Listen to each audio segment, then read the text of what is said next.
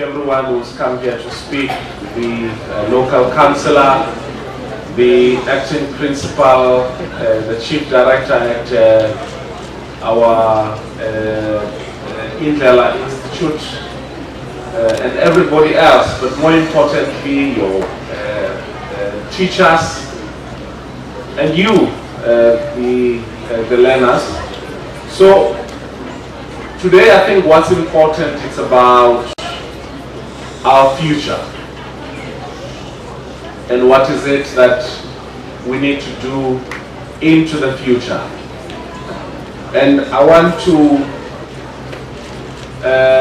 start by telling you about why we think it's important that all of you, without exceptions, should consider becoming artisans. Now, many of you, I know from your schools, from home, and from everywhere else, are always encouraged to go to university, isn't it? That when you complete your grade 12, you must consider going to university. But I also want to tell you that we have, just like Falls Bay, we have 52 other TVET colleges in the whole country. And those colleges offer different programs which I want you to consider studying in one of those. You may want to be an electronics engineer, an electrical engineer. You may want to consider doing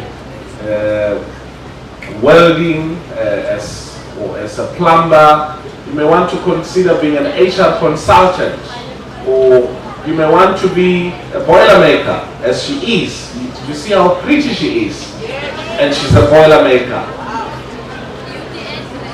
So those are some of the programs that are available in our TVET colleges, because that's the first step that we need to take if you want to be an artisan. But more importantly, our government has taken a decision that those students who want to study at TVET colleges will study for free, especially if the income of their, if the joint family income is less than 350,000 rands.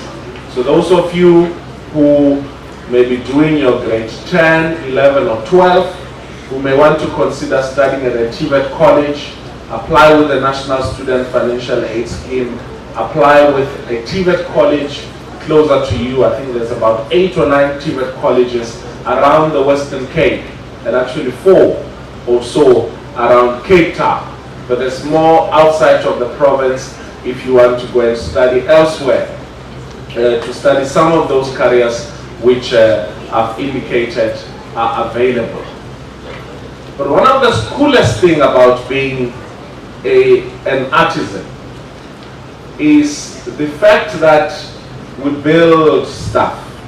Did you hear what the councillor said? She said, we build stuff. We're the fabric of the society. And some few years ago, when the financial markets were the big things, when money took the center stage of the economy, a lot of young people were encouraged to consider careers where there were nice suits, ties and shirts, and have an office in the corner, and they were made to believe that that is the symbol of success. Yeah? And a lot of those young people are encouraged to go to university, to go and study and be experts in finance and this and that and all sorts of things. But what we're seeing now is a turnaround, because society cannot only depend on people who want big offices big corner offices. So we also want plumbers, we want electricians, we want all of those skills that will help build our country. And we've seen more and more young people who graduate from our TVET colleges taking advantage of the opportunities that are availed by being artisans of the 21st century. So, and this has also spoken to, I was hoping that she will also tell you how much she earns, because boiler makers and plumbers and electricians are earning a lot more than we can imagine. Because I know that that's also one of the considerations that you would want to make if you want to make a career choice, isn't it? Yes. Nah? You want to know how much you're going to earn, isn't it? Yes. So that's important. So when you go out, when we go and engage with some of the experts, we need to ask them that question. What does it mean to be doing a particular job? What does it mean to be an electrician? What does it mean, to be a plumber? What does it mean to be in mechatronics? But one of the other exciting things is that some of our TVET colleges are now offering future skills. And when I speak about future skills, I'm talking about robotics, where factories are essentially run by robots which are operated by through a computer. They're also offering programs such as 3D printing, drone technology. Some of those are skills which are not only needed now, but also will be needed into the future. So that's the exciting world of TVET colleges, which I really want you, to look into. But I also want to speak to our life orientation teachers, because the future of our country, which needs a lot of artisans, lies in your hands. And not only talk to life orientation teachers, but I also want you as learners to go and speak to your parents. Yes, we've always emphasized in the past the importance of university education.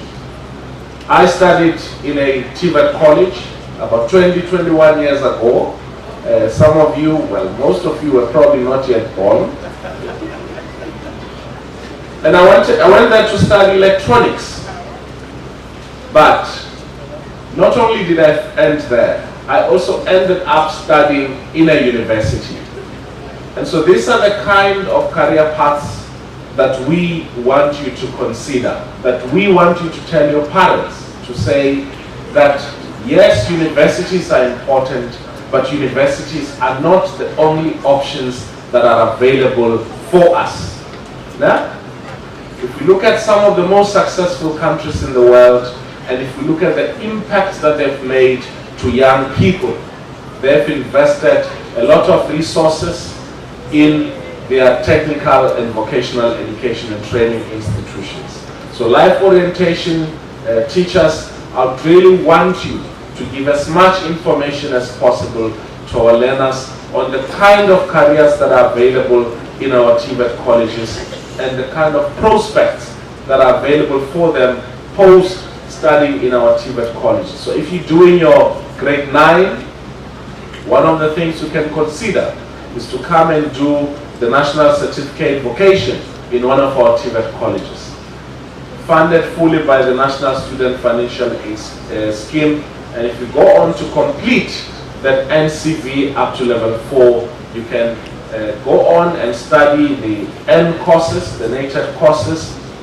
You can go on and pursue a career as an artisan. You can even ultimately, even before then, you can become an apprentice. And ultimately, you can become a technician. Or you can go to university or University of Technology and study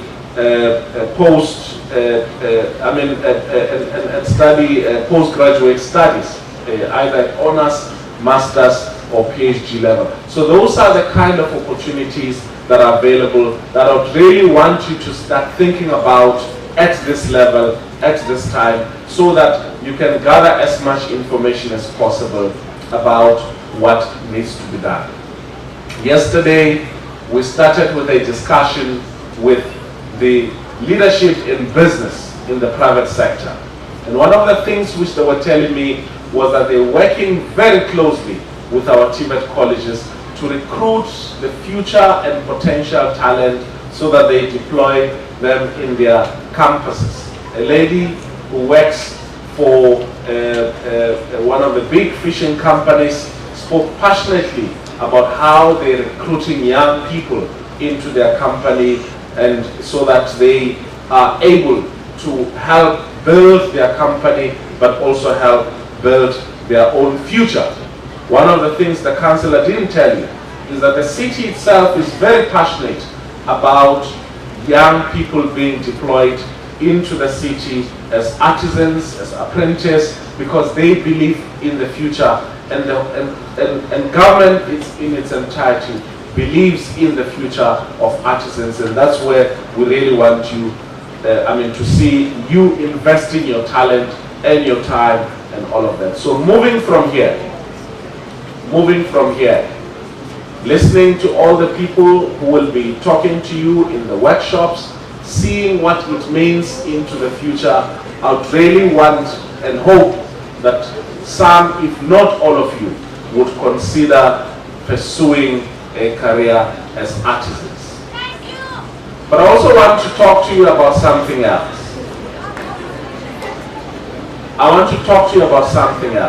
We've got a whole range of challenges as young people. Part of those challenges include drugs and substance abuse, but I see here we've got a lot of beautiful young people, young boys and girls who would never touch any form of drug and other substances.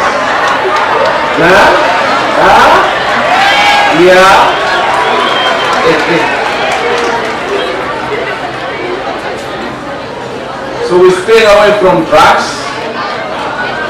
We stay away from savannah, né? Yeah. So that's a big issue.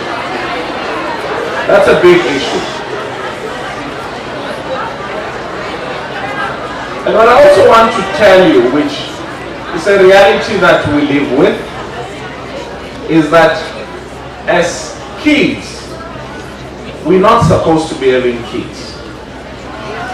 Huh? Yes, as kids, we are not supposed to be having kids. As kids, we are not supposed to be having kids.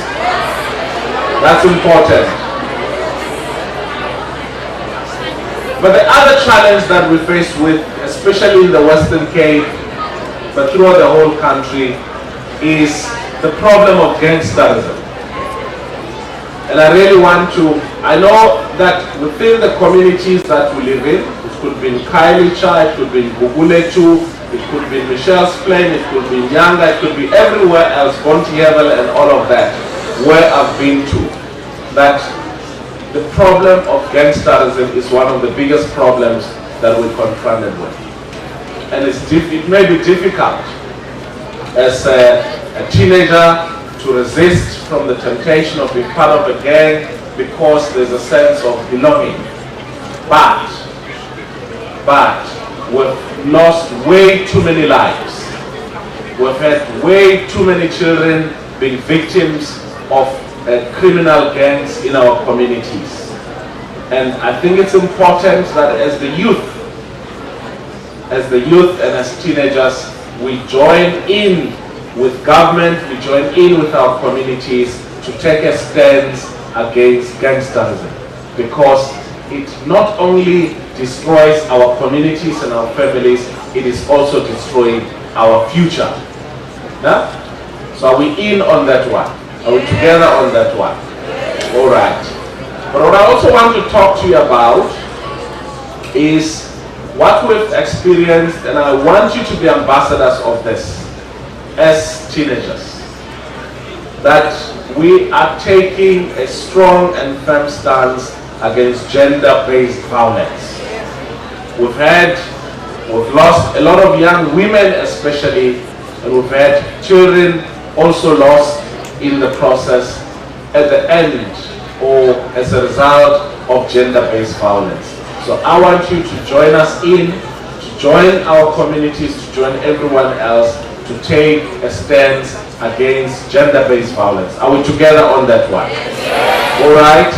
So let's all go out from here, learn as much as possible about being a cool artisan of the 21st century. Thank you very much.